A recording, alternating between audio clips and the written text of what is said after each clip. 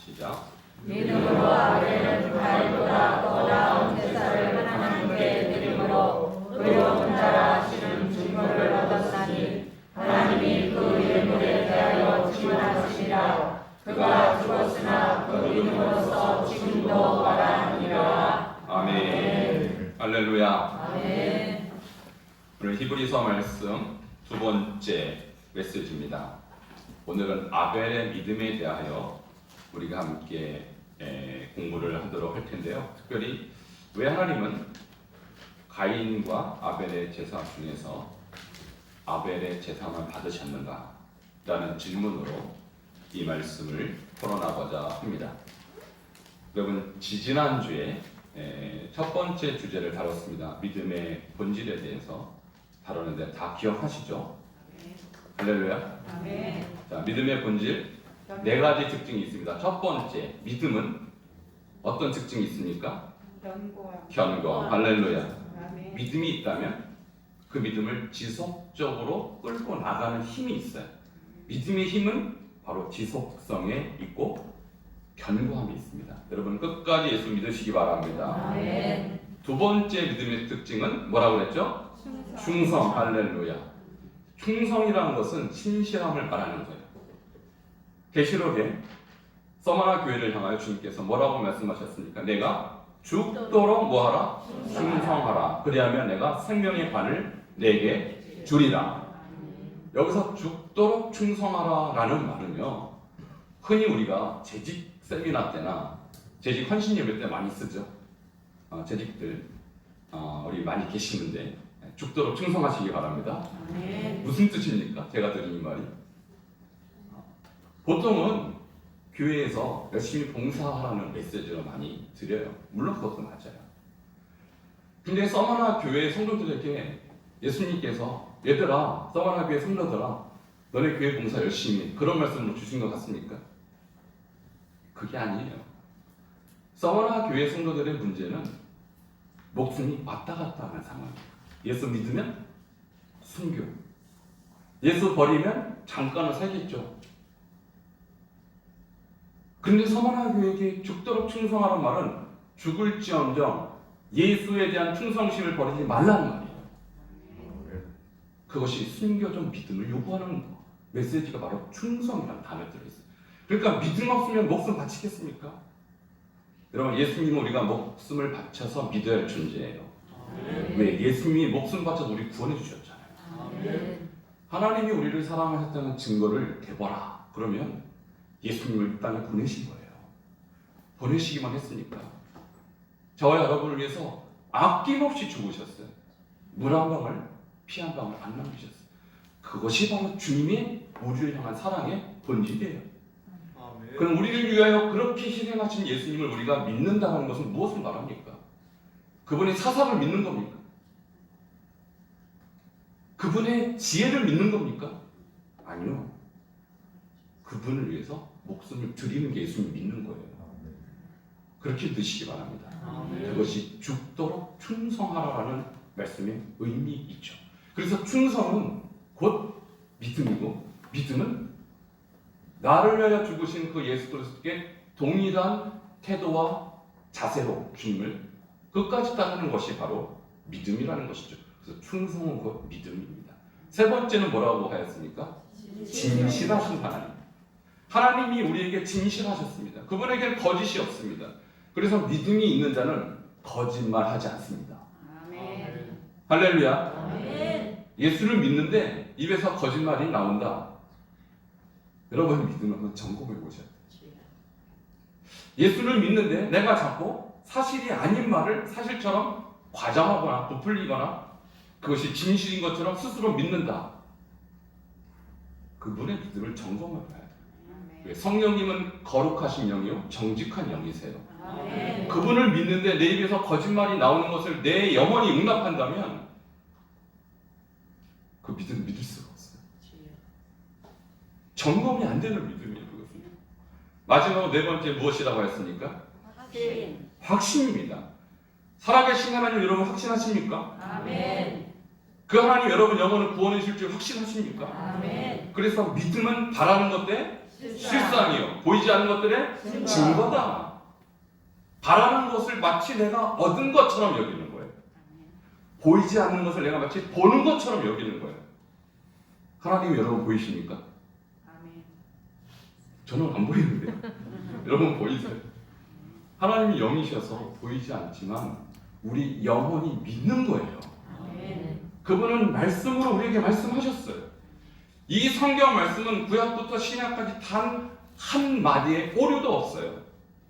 그래서 이스라엘 역사를 보면 하나님께서 너희들은 애굽에서 탈출할 것이다. 예언한 대로 탈출했습니다. 할렐루야. 너희들은 가나안 땅을 정복할 것이다. 여지없이 정복했어요. 할렐루야.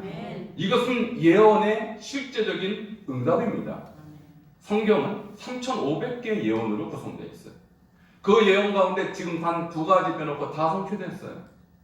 이제 마지막 예수님의 재림과 예수님 재림 직전에 있을 대환란을 제외하고는 다 성취됐어요. 이 예언을 볼 때 하나님은 살아계십니다. 이것은 하나님을 믿는 사람뿐만 아니라 믿지 않는 사람들도 이 예언을 보면서 두려워하는 거예요. 예언대로 되고 있구나. 성경대로 되고 있구나. 이 하나님을 믿지 않으면 안 되겠구나. 예언은 곧 하나님의 살아계심을 증거하는 사인인 것입니다. 바로 그것이 히브리서가 우리에게 왜 믿어야 하는가, 왜 믿음이 중요한가를 나타내는 중요한 메시지인 것이죠. 히브리서의 배경은 이렇습니다. 그 당시 유대인들이 예수님을 믿게 됐고 그 유대인들은 예수를 믿는 공동체를 형성했어요. 그런데 이들을 가만두지 않습니다. 너희들이 왜 우리의 율법을 떠나서 말도 안 되는 이 기독교의 진리라고 하는 것들을 따라가느냐? 왜 예수를 믿느냐? 그는 인간인데 라는 박해가 이들을 옥죄해 왔다는 것이죠. 하루를 참습니다. 한 달을 참습니다. 1년을 버팁니다. 그런데 가면 갈수록 박해가 심해지는 거예요. 그래서 많은 사람들이 나는 더 이상 못 버티겠다 하고 다시 유대교로 리턴합니다. 이것을 본 이 히브리서의 저자는 누군지는 모르겠습니다. 정확하게 밝혀지지 않았어요. 근데 그 저자는 너희들이 다시 율법으로 돌아가는 것은 마치 예수를 2번 죽이는 것과 같다. 너희를 위하여 돌아가신 예수 그리스도, 너희들의 목숨을 바치신 예수 그리스도를 위하여 너희들이 길을 걷는다면 끝까지 믿음을 지켜라는 거예요. 그래서 믿음은 신실함입니다. 믿음은 성실함입니다. 믿음은 충성이에요. 이것을 계속해서 가르치다가 11장에 딱 와서 선진들이 이로써 증거를 얻으니라. 선진은 누굽니까? 조상들이에요. 어디에 나옵니까? 구약의 인물들이죠. 구약의 그 수많은 인물들이 어떻게 믿음의 발자취를 걸어왔는가 보라는 거예요. 그 믿음의 본질, 그 믿음의 견본, 그 믿음의 모델을 보고 그대로 살라고 히브리서를 기록했어요. 여러분 한번 생각해 보십시오. 이 히브리서가 기록됐을 때 수많은 사람들이 이 글을 읽고 아 그렇구나. 내가 견뎌야겠구나. 내가 충성해야겠구나.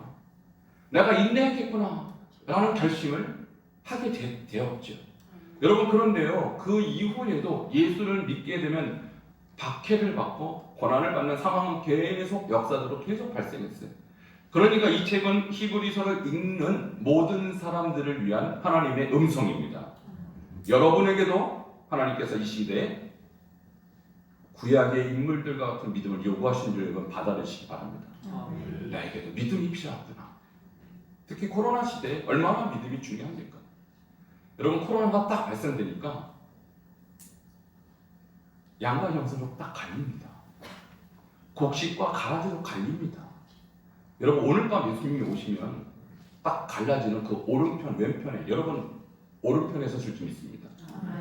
지금은요 주님의 재림이 임박한 때입니다. 그렇다고 저한테 시한법 종말론이라고 말하지 마세요. 성경은 예수님부터 지금까지 마지막 때라고 말하고 있는 거예요. 말세는 예수님 때부터 이미 시작했어요. 그러나 주님의 은혜와 자비로 그 시간을 지연시키고 있는 것뿐입니다.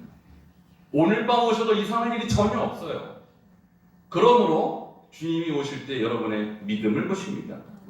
주님이 그러셨죠. 인자가 말세에 사람들에게 믿음을 보겠느냐? 여러분 이것은 의문문으로서 뒤를 높여야 돼요. 믿음을 보겠느냐가 아니라 믿음을 보겠느냐? 무슨 말일까요? 진짜 믿음 있는 사람 보기 어렵다는 뜻이에요. 그것은. 그럼 주님이 여러분 볼 때 믿음이 여기 있구나라고 감탄하시기 바랍니다. 아멘. 그래서 오늘 우리가 아벨의 믿음을 또 한번 참고해 보는 것입니다. 왜 아벨의 제사만 하나님이 받으셨을까요? 왜 가인의 제사는 받지 않으셨을까요? 네 가지 믿음의 본질의 기준으로 봤을 때 아벨의 제사는 끊임없이 견고하게 하나님을 붙들었던 제사였고, 그는 하나님께 충성했던 사람이었고, 그는 진실했던 사람이었고, 그는 어떤 사람일까요? 하나님에 대한 확신을 갖고 있던 사람이에요. 반대로 가인은요, 네 가지 특성을 볼 수가 없어요. 어떨 때는 하나님을 섬겼고, 어떨 때는 하나님과 전혀 상관없는 삶을 살았고, 지속성이 없었던 사람이에요. 어떨 때는 하나님께 충성하는 듯 보였다가 또 어떨 때는 전혀 하나님께 충성하지 못하는 그런 삶을 살았던 사람이라는 것을 우리는 네 가지 특성을 통해서 비추어 볼 수 있습니다. 그러면 가인은 어떤 사람이었고 아벨은 어떤 사람이었는가에 대한 성경의 증언을 한번 찾아보겠습니다. 가인과 아벨에 대해서 성경에 무려 신약에서 세 군데에서 집중 조명을 합니다. 자, 첫 번째가 어디에 나오냐면 요한일서에 나오면, 요한일서에 의하면 가인은 악한 자에게 속하였고 아벨은 하나님께 속한 자다. 그 소속이 달랐다라고 말씀드리고 있습니다. 우리 함께 요한일서 3장 12절 읽도록 하겠습니다. 시작. 믿음으로 아벨은 가인보다 더 나은 제사를 하나님께 드리므로. 거기까지 하겠습니다. 3장 12절이 아니고 저거는 지금 오늘 본문이네요. 그렇죠? 네, 아마 본문 기록을 잘못한 것 같은데 제가 읽어드릴게요. 자, 요한일서 3장 12절 가인과 같이 하지 말라. 그는 제 얘기를 이거 뒤에 보지 마시고 가인과 같이 하지 말라. 그는 악한 자에게 속하여 그 아우를 죽였으니 어떤 일로 죽였느냐? 자기 행위는 악하고 그 아우의 행위는 의로움이냐. 다시 여러분 들으세요. 가인과 같이 하지 말라. 그는 누구에게 속하여? 악한 자에게 속하여. 자, 가인이 누구 소속이라고요? 악한 자. 악한 자는 포네로스라는 단어로서 마귀를 뜻합니다. 그러니까 하나님께서 가인의 제사를 받지 못할 수밖에 없는 이유는 뭘까요? 그가 소속 자체가 마귀 소속이라는 거예요. 그런 자가 예배 형식을 빌어서 하나님을 예배한들 주께서 받으시겠습니까? 반대로 아벨은 누구에게 속했을까요? 그는 하나님께 속한 자입니다. 할렐루야. 그러므로 예배 형식, 외형은 누구나 다 비슷하게 갖출 수 있어요. 그러나 외형이 중요한 것이냐 그 사람의 중심이 중요합니다. 그 영혼의 중심에 하나님이 있으면 하나님이 받으시고, 영혼의 중심에 하나님이 없으면 하나님이 아무리 화려한 치장을 한 예배라도 주님 받지 않으십니다. 이것이 가인과 아벨의 예배의 근본적인 차이라는 것이죠. 다시 한번 여러분 들어보십시오. 가인과 같이 하지 말라. 그는 악한 자에게 속하여 그 아우를 죽였으니 어떠한 이유로 죽였느냐? 자기 행위는 악하고 그 아우의 행위는 의로움이라. 아벨은요 의로운 자였다는 거예요. 아벨이 왜 하나님께 인정받았냐면 그가 제사를 잘 드렸기 때문이 아니라 그가 의로운 자로서 제사를 드렸기 때문입니다. 그러니까 그의 존재가 의로웠던 거예요. 그의 제사가 특별했다는 것이 아니라 그의 존재가 주님이 받으실 만한 제물이었다는 거예요. 그러므로 하나님이 받으시는 제사는 제물이 아니라 여러분 자신입니다. 그래서 로마서 12장 1절에 뭐라고 말합니까? 그러므로 형제들아, 내가 하나님의 모든 자비하심으로 너희를 권하노니 너희 몸을 하나님이 기뻐하시는 거룩한 산 제물로 드리라. 이것이 너희가 드릴 영적 예배니라. 할렐루야. 아멘. 로마서의 결론입니다. 형제들아, 너희 자신을 드려라는 거예요. 어떤 재물을 드리는 것보다 더 중요한 것이 우리 자신이 재물이 되는 것이 더 중요한 것입니다. 바로 아벨이 그런 자였다는 거예요. 아벨은 좋은 재물도 드렸지만 자기 자신이 재물이었어요. 하나님이 받으신직한 거룩한 재물이었던 뜻입니다. 하나님이 왜 아벨의 제사만 받으셨는가? 아벨의 제사는 그가 의로운 제물이 되었기 때문인 것을 오늘 요한일서 3장 12절은 증언하고 있습니다. 두 번째 말씀을 보도록 하겠습니다. 유다서 1장 12절에 보면 가인과 아벨에 대한 메시지가 또 등장합니다. 여기에서 가인이 어떤 인간이었나, 어떤 존재였나가 하나의 비유로 설명이 돼요. 함께 읽어보도록 하겠습니다. 시작. 화 있을진저 이 사람들이여 가인에 대해 행하였으며 삭슬 위하여 발람의 어그러진 길로 올려갔으며 고라의 폐역을 따라 멸망을 받았도다. 아멘. 유다서의 배경은 그 당시에 있었던 이단, 영지주의에 대한 경고에 대한 말씀이에요. 그러니까 많은 성도들이 신앙생활 하다가 영지주의자들의 잘못된 메시지를 듣고 거기 미혹되는 거예요. 영지주의는 제가 여러 번 설명했습니다. 육은 악하고 영은 선하니까 우리가 구원받는 것은 육이 아니라 영은 뿐이다. 그래서 죄를 지어도 육체는 어차피 죄를 질 수밖에 없으니까 구원받는 데 지장이 없다고 가르쳤어요. 그러니까 무엇을 가르치냐면 도덕적 타락을 부추기는 이 집단이었습니다. 그런데 그 사람들과 누구를 비교합니까? 가인을 비교하는 거예요.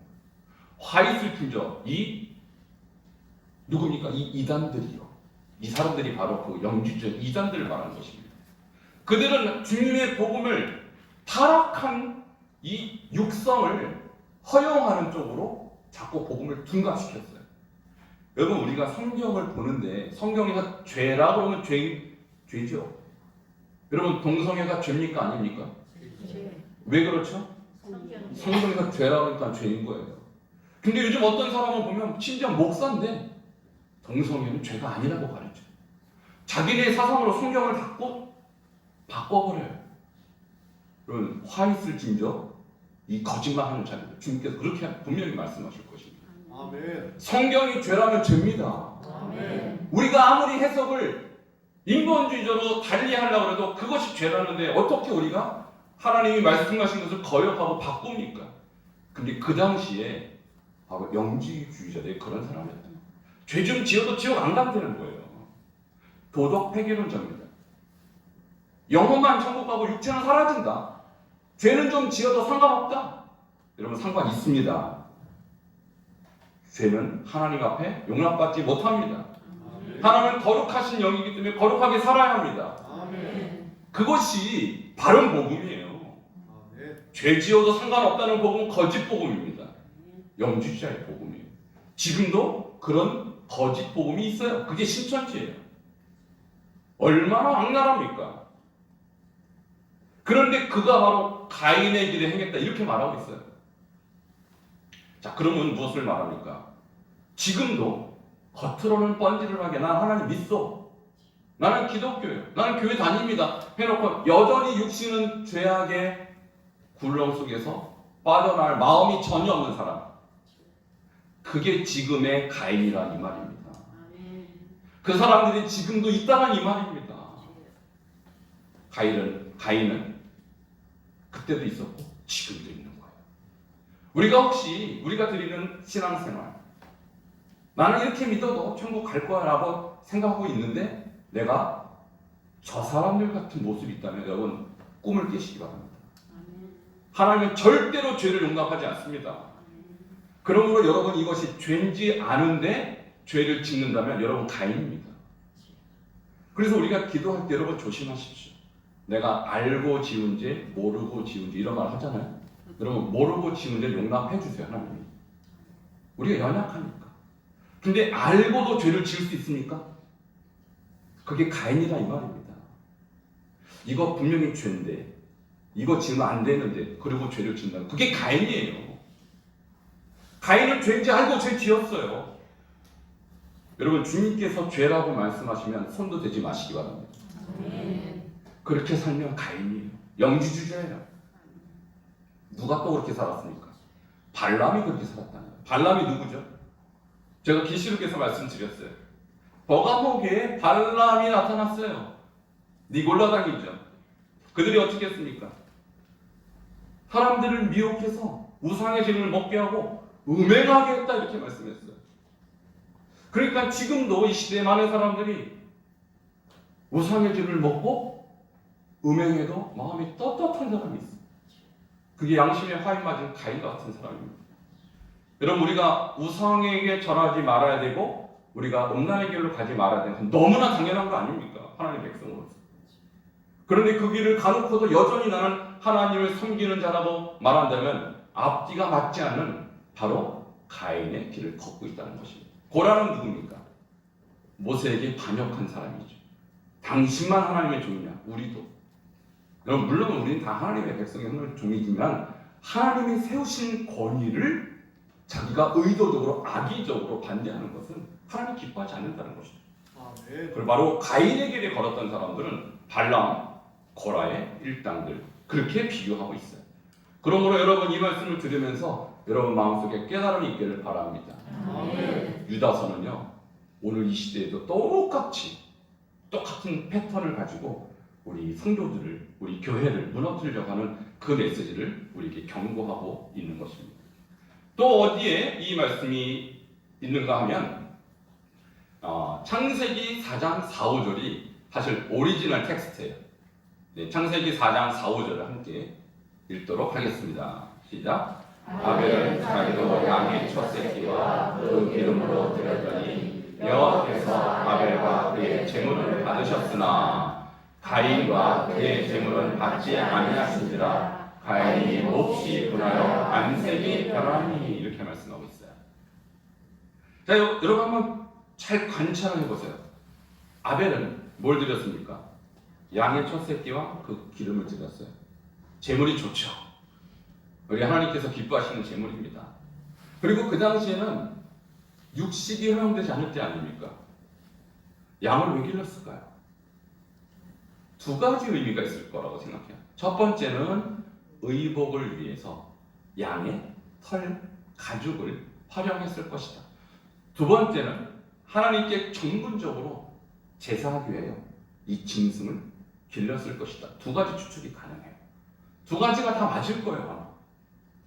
그러니까 아벨은 하나님께 드리기 위해서 전문적으로 양을 길렀던 거예요. 그러니까 그 제물도 하나님께서 받으심직한 그런 좋은 제물이었어요. 근데 저는 그보다 더 중요한 요소를 저 본문에서 발견합니다.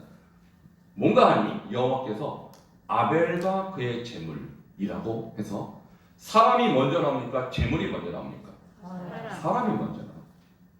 하나님이 받으신 게 아벨과 그의 제물이에요. 그러니까 하나님이 그 제물이 마음에 들었던 것이 아니라 그 사람이 마음에 들었던 거예요. 할렐루야. 그러므로 여러분이 드리는 제물이 좀 부족해도, 여러분이 주님께 드리는 것이 좀 궁색해도 주님은 그것 때문에 탓하지 않습니다. 주님이 보시는 것은 사람입니다. 제사하는 사람이에요. 아벨을 보니까 참 예배자예요. 참 믿음이 있어요. 참 충성해요. 참 진실해요. 그런데 제물을 보니까 제물도 정성스럽게 드렸다 이 말입니다. 이런 제사자가 되기를 바랍니다. 그런데 반대로 가인은 어땠습니까? 가인과 그의 제물은 받지 않았다. 자, 제물이 먼저 나오니까 사람이 먼저 나오니까 역시 사람이 먼저 나와요. 가인이 드린 제물이 뭔지 아시죠? 땅의 소산이에요. 자, 그러면 땅의 소산이 양의 새끼와 기름만 못했나? 이것도 중요한 이유라고 볼 수는 있어요. 그런데 구약 성경에 보면 여러 군데에서 소재 있죠, 소재. 그럼 곡식 가루를 말하는 것이거든요. 하나님이 곡식을 싫어합니까? 그러면 하나님이 고기만 좋아하십니까? 아, 우리 하나님 육식파신가 보다. 그 뜻이 아니에요. 고기만 좋아해서 하나님이 가인의 것을 싫어하시는 것이 아니라 그 사람이 문제라는 거예요. 입장을 바꿔서 가인이 만약 양을 드렸다고 생각하십시다. 받으셨을까요? 여전히 안 받아요. 왜? 그 사람이 문제이기 때문입니다. 그가 거짓 예배자였기 때문입니다. 이러보건대 우리가 드리는 예물도 중요하지만 우리가 어떤 예배자인가가 더 중요한 줄 믿습니다. 아멘. 여러분 이제 결론을 맺겠습니다. 하나님은 우리의 제사를 받으시되 여러분이 제물 되기를 원하십니다. 아멘. 거룩한 산 제사를 드리시기 바랍니다. 아멘. 그리고 여러분의 제물도 최선을 다하여 주님 앞에 드리시길 바랍니다. 아멘. 경건의 모양은 있으나 실제로 경건의 능력이 없었던 가인, 그는 거짓 예배자였습니다. 그리고 그의 믿음은 거짓 믿음이었다는 것입니다. 하나님 율법이나 소제, 율법을 통해 소제나 석번제 등 수많은 제사를 통해서 곡식도 받으시고 짐승도 받으시고 다 받으세요. 과부의 두렵던 얼마나 보잘것없습니까? 하나님 그 예물이 너무 작아서 안 받으셨습니까? 아닙니다. 너무나도 귀하게 여기셨어요.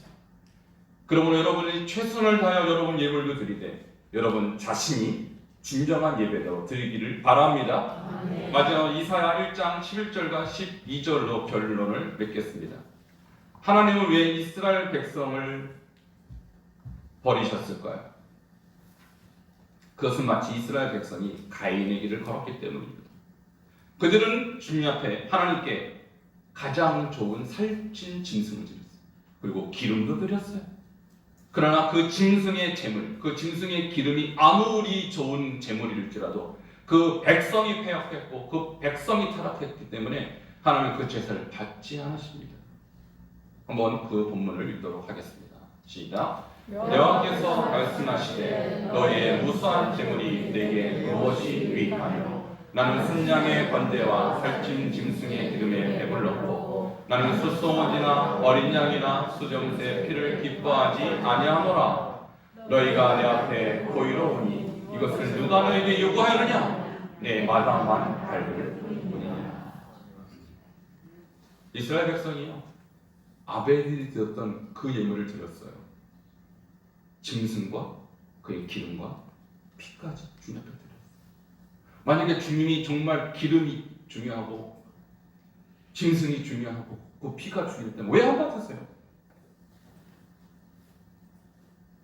근데 주님이 보시는 가장 좋은 제물은 그 대상이 아니고 그 물질이 아니고 그 물건이 아니라 여러분 자신입니다.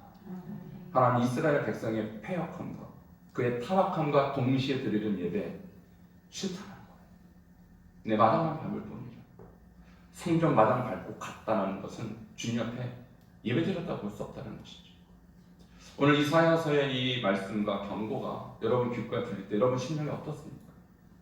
혹시 이 말씀이 나를 향한 말씀이 아닐까? 내가 혹시 이런 이스라엘 백성이 아닐까?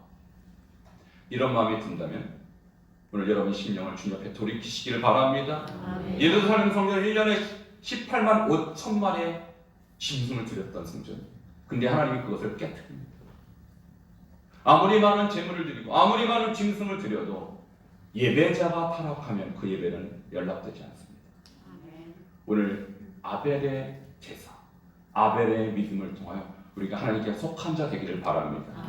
하나님 받으실 만한 참된 예배자로 오늘 주님 앞에 다시 한번 재헌신되는 시간 되기를 주 이름으로 축원합니다. 기도하겠습니다. 우리 한 목소리로 기도할게요. 주님, 왜 하나님은 아벨의 제사만 받으셨습니까? 재물의 문제입니까? 사랑의 문제입니까? 주님, 저의 문제입니다. 제가 아무리 주님 앞에 귀한 것을 바쳐도 제 자신이 재물들이 못한 채 드렸던 예배, 주님 회개하오니 용서하시옵소서. 이제 아벨을 통하여 내가 어떤 길을 가야 될지 배우게 하시옵소서. 주님, 그리고 나도 아벨과 같은 제사자가, 예배자가 되게 하여 주시옵소서. 함께 통성으로 기도하시겠습니다. 주님 감사합니다. 주님, 우리가 아벨의 제물을, 아벨의 제사를 드리기 원하나이다. 주님은 아벨의 삶과 인생과 그의 믿음을 보셨습니다. 그가 하나님 앞에 귀한 삶을 드렸고, 그가 정직한 삶을 드렸고, 그가 충성된 삶을 드렸고, 하나님 그가 의로운 삶을 드렸기에 하나님께서 그 제사를 받으셨습니다. 그로 인해 승을 통해 우리 자신을 돌아보게 하시옵소서. 하나님 우리 자신 안에 있는 여전히 죄악된 것과 하나님의 이 세속적인 것들과 불의한 것들이 있다면 오늘 주님 앞에 회개합니다. 주님 용서하시옵소서. 하나님 씻어주시옵소서. 정결케 하여 주시옵소서. 하나님 받을 만한 제사자가 되게 하시고 예배자가 되게 하셔서 하나님 우리 일을 먼저 받으시고 우리 짐을도 받는 그런 참된 예배자가 되게 하시옵소서.